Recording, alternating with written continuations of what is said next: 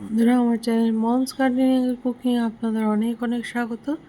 এই যে এই সূর্যমুখী দেখেছেন, এ তো ভরে ভরে ফুল দিচ্ছে, কিন্তু যেটা ড্রপ ভ্যারাইটির হয়েও এর আগের বার দেখিয়েছিলাম যথেষ্ট মানে অনেক বড় এবং অনেক পাপড়ির ছিল তাতে। হ্যাঁ, সেই গাছটি কিন্তু এটা যেমন থার্ড ফ্ল্যাশ বা হ্যাঁ, এটা থার্ড ফ্ল্যাশ, কিছু ফুল থার্ড ফ্ল্যাশ আর কিছু ফুল সেকেন্ড ফ্ল্যাশ আছে এই গাছে।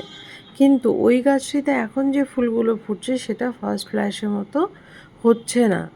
হ্যাঁ, যে ওর যে ক্যারেক্টার সেই অনুযায়ী ও বড় হতে চাইছে, কিন্তু সেই রকম ফার্স্ট ফ্ল্যাশের মতো অত সৌন্দর্য বা অত ইয়েটা নেই ওর। মানে সেই বলে না, প্রথমবার ফুল দিয়ে ওর এনার্জি নষ্ট। প্রথম কথা, ওর দোষ নেই।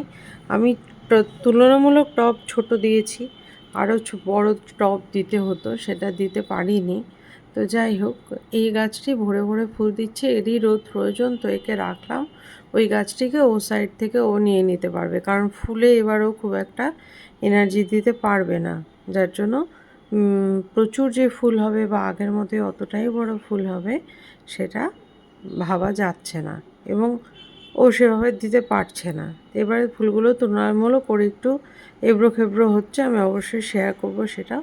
যার জন্য এখানে এই জবা গাছটিকে আনলাম, যেটি খুব রোদ প্রয়োজন ছিল, আর ওই সূর্যমুখীকে ওই দিকে নিয়ে গিয়েছি ব্যালকানিতে। অবশ্যই দেখাবো, খুব স্বল্প জায়গায় বাগান তো, এটাই হয়ে যায় প্রবলেম।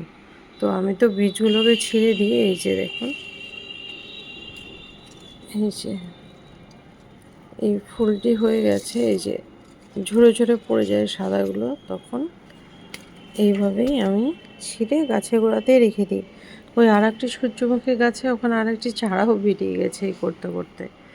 যা হয়, তো বীজগুলোকে ছিঁড়ে দেবেন, অবশ্যই ফুল হবে, এমনই ফুল পাওয়া যাবে। কোনো বিশাল ব্যাপার নেই, কোনো রকেট সায়েন্স নেই। হয়তো আপনাদেরও হচ্ছে, একটু শেয়ার করবেন, আমারও ভালো লাগে।